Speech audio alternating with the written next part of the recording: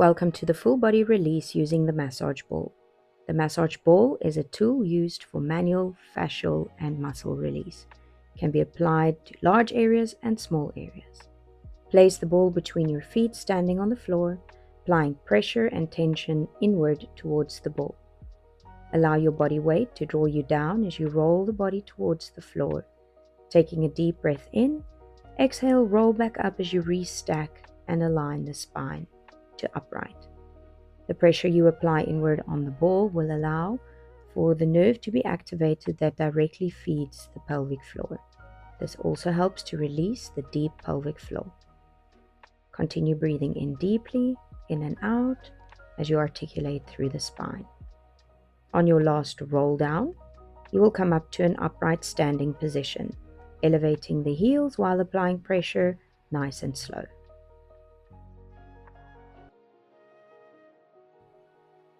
Slowly start adding a bouncing movement to your heel raises to allow the fascial tissue to release, move, and thrive. Step forward on the ball with the ball of your foot and hinge the body at the hips forward to allow for a lovely calf stretch.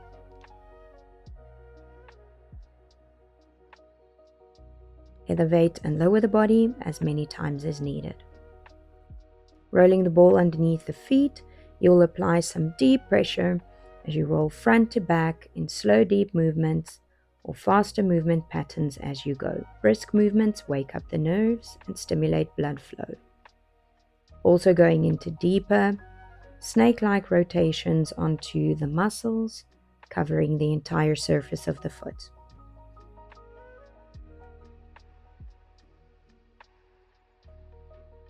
Find the sensitive parts between the two muscles of the calves.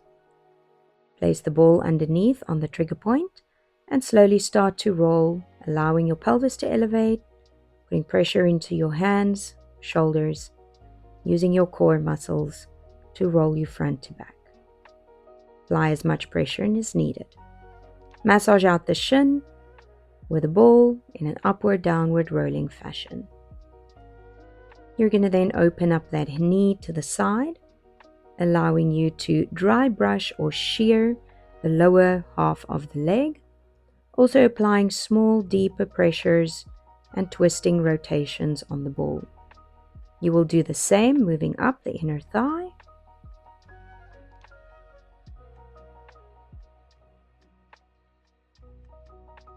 If the ball is too hard, use your knuckles.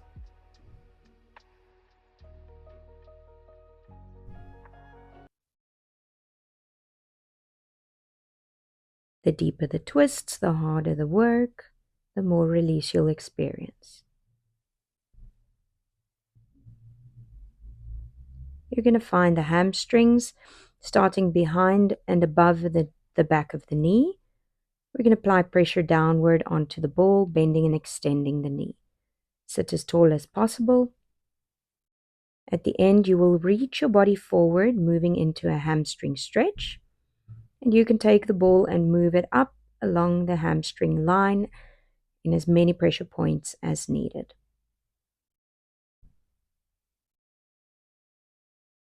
Try and straighten out the back as much as you can when you reach for the toes.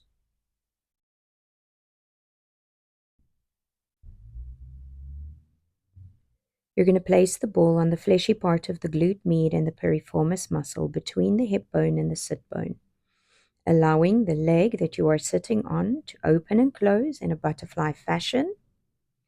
To reduce pressure, just elevate the hip ever so slightly, making sure the ball is not resting on top of the bones.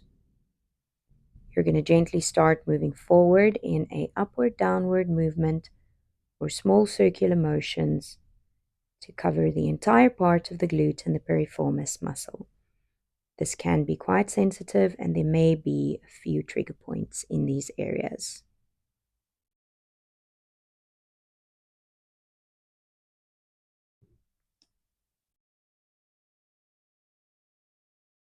Massage along the quad, making sure that the ball is applying enough pressure onto the muscle around the knees, but not on the kneecap, covering the entirety of the quad.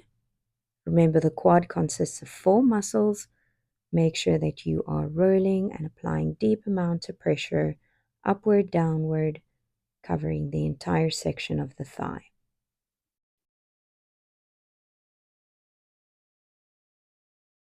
You will then place the ball on the most sensitive part of your quad, lying on your stomach. Then slowly start to bend and extend the knee. This might be quite sensitive, so be kind and reduce pressure where you need to. You're going to move the ball up towards the side part of your hip. This is going to target the TFL muscle next. You will also then open up your hip to the side, lying on your stomach. Make sure the ball does not rest on the bony part of your hip. In this relaxed position, you're going to take full, long, and deep breaths in and out. In for 4 and out for 6. Feel with every exhale how the body becomes heavier and melts over the ball. The ball will push deeper into the muscle. This forms part of the hip flexors. Now looking at the psoas, we're going to move along the side of the belly button in 3 points, about 3 fingers away from the belly button. Lying on your stomach, you're going to place the ball in that line, making sure the glutes and the legs are relaxed behind you and on the floor. Your head is resting comfortably on top of your arms. You're going to again breathe in and out, melt over the ball. Take a few repetitions here and then move the ball into those 3 points along the stomach. This is also not very comfortable, so be kind. This directly impacts the release of the lower back, the hips, and the diaphragm.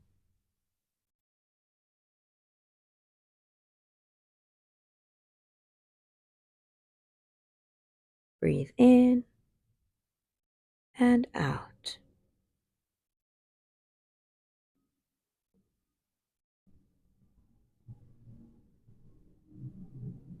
Moving up onto the 3rd point. Notice where you have more tightnesses, more tension, more discomfort. Here is a closer look. See how the body melts over the ball as I exhale. Almost seeing how the back of my body, the lumbar spine, becomes longer. We move now on to the muscles of the lower back, the QL muscles. You have 2 options here. You can keep both feet flat on the floor and just move up and down into small little posterior tilts. The ball is on the side muscle along the spine. For deeper pressure, you're going to add in a single leg lift together with that posterior tilt. Again, this is quite deep. For the shoulders and the upper back, we're going to stand against the wall. The first one, you will place the ball next to the spine, in between the shoulder blade and the spine, leaning up against the wall, rolling up and down, opening up by putting the hand behind the shoulder.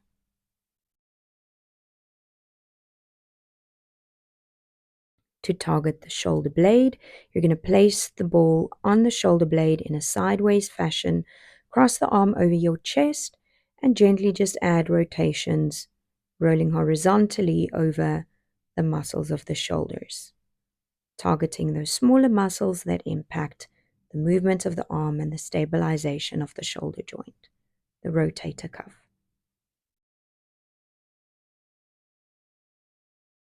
We bring it back down to the mat, dry brushing the sternum. This releases your voice.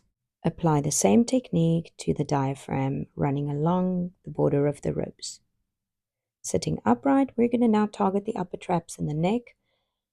You're going to roll sideways and front to back along the muscle of the shoulder, and you can also move upward onto the neck.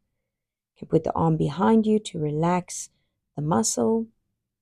You can also put the hand on the front elbow to allow your arm to go a little bit further down the shoulder blade. You can add in some flossing to your arm while you apply pressure, leaning the head away from the hand. This stretches out the nerves. Also adding some gentle neck stretches while you're pushing downward onto the trapezius muscle.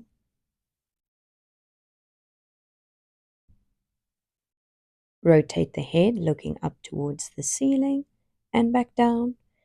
Adding gentle rotations to the pressure just assists the muscles and the fascial tissue to relax even more.